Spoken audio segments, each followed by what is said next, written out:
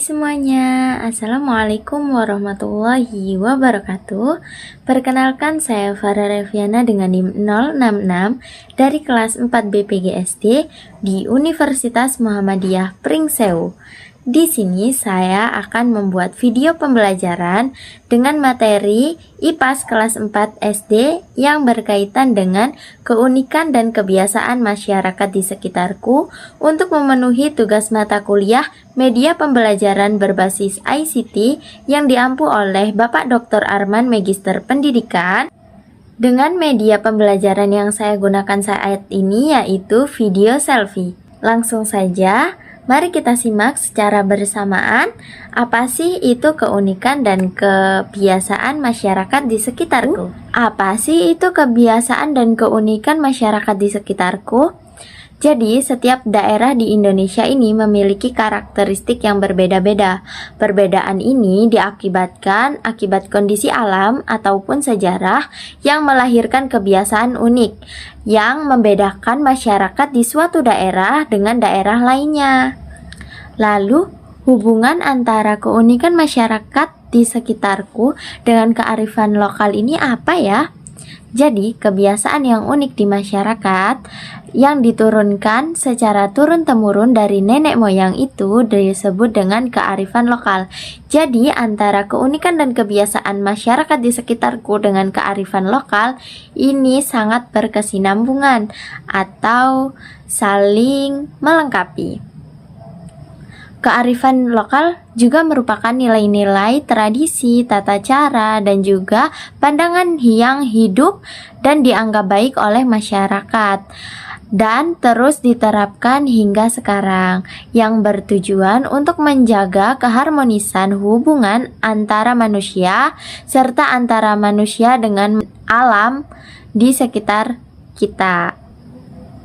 Kemudian yang selanjutnya adalah pengaruh kondisi geografis terhadap kebiasaan. Nah, bentuk kebiasaan masyarakat yang sangat dipengaruhi oleh letak geografis atau tempat mereka tinggal. Yang pertama itu contohnya adalah masyarakat pesisir atau masyarakat yang berdekatan dengan pantai.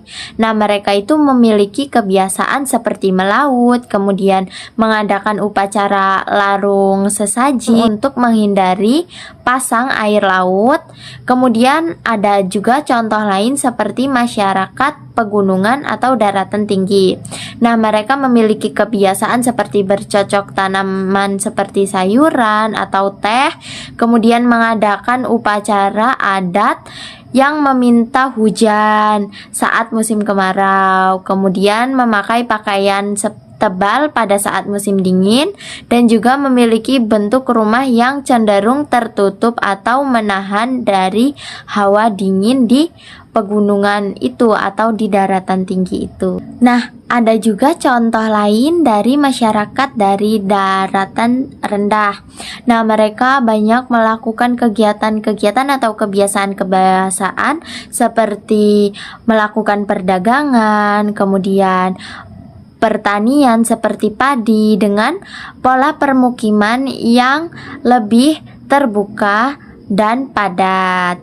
Nah, kemudian yang selanjutnya adalah bentuk-bentuk kebiasaan unik di Indonesia. Nah, kebiasaan masyarakat ini terbagi menjadi dua wujud utama.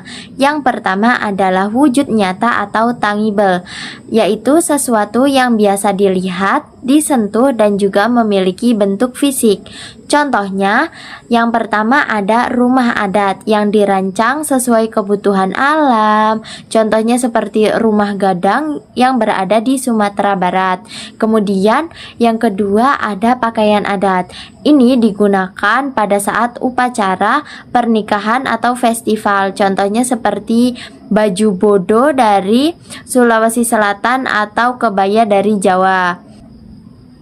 Kemudian ada juga dari makanan khasnya. Nah, olahan kuliner yang memanfaatkan bahan yang dari alam atau berasal dari alam setempat. Contohnya seperti gudeg dari Yogyakarta atau papeda dari Maluku atau Papua.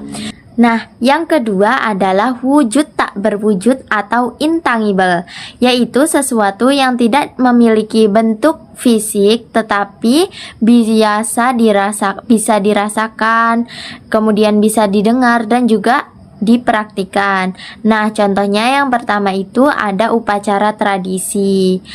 Tradisi komunal seperti ngaben yang berada di Bali atau rambu Solo yang ada di Toraja. Kemudian ada lagi yaitu gotong royong khas, tradisi saling membantu dengan nama daerah masing-masing. Contohnya adalah Sayan yang berasal dari Jawa atau Sikaban di daerah lainnya. Selanjutnya adalah hukum atau aturan adat, yaitu aturan lisan untuk menjaga hutan. Contohnya seperti Sasi yang ada di Maluku. Itu bertujuan untuk melarang pengambilan hasil laut berlebihan pada waktu tertentu. Lalu, kenapa sih kita harus menghargai perbedaan dari daerah lain? Jadi, kebiasaan yang berbeda bukan untuk memecah belah, melainkan untuk memperkaya budaya bangsa. Sikap yang harus dikembangkan dari kita adalah yang pertama adalah toleransi, yaitu menghormati pelaksanaan upacara adat dari daerah lain tanpa mengejek atau menjelek-jelekannya. Kemudian yang kedua, mau belajar. Jadi kita bisa dengan mengunjungi museum atau kita mengulik sejarah, bisa melalui media sosial atau datang langsung ke daerah itu sendiri. Kemudian yang selanjutnya adalah melestarikan, yaitu turut serta menjaga kebersihan tempat wisata, adat, dan juga mempraktikkan nilai gotong royong di lingkungan sekitar kita. Nah, itulah tadi penyampaian materi terkait keunikan kebiasaan masyarakat di sekitarku. Nah, ini sangat menjadi pembelajaran bagi saya maupun kita semua, yaitu untuk terus menjaga dan juga melestarikan keunikan dan kebiasaan yang ada di masyarakat di Indonesia ini. Walaupun berbeda-beda dari satu tempat ke tempat lainnya, tetapi kita sebagai masyarakat di Indonesia harus terus mengupayakan untuk melestarikan supaya tidak punah. Jadi nanti kita bisa menceritakan sejarah dari apa yang kita temui sekarang ke generasi berikutnya.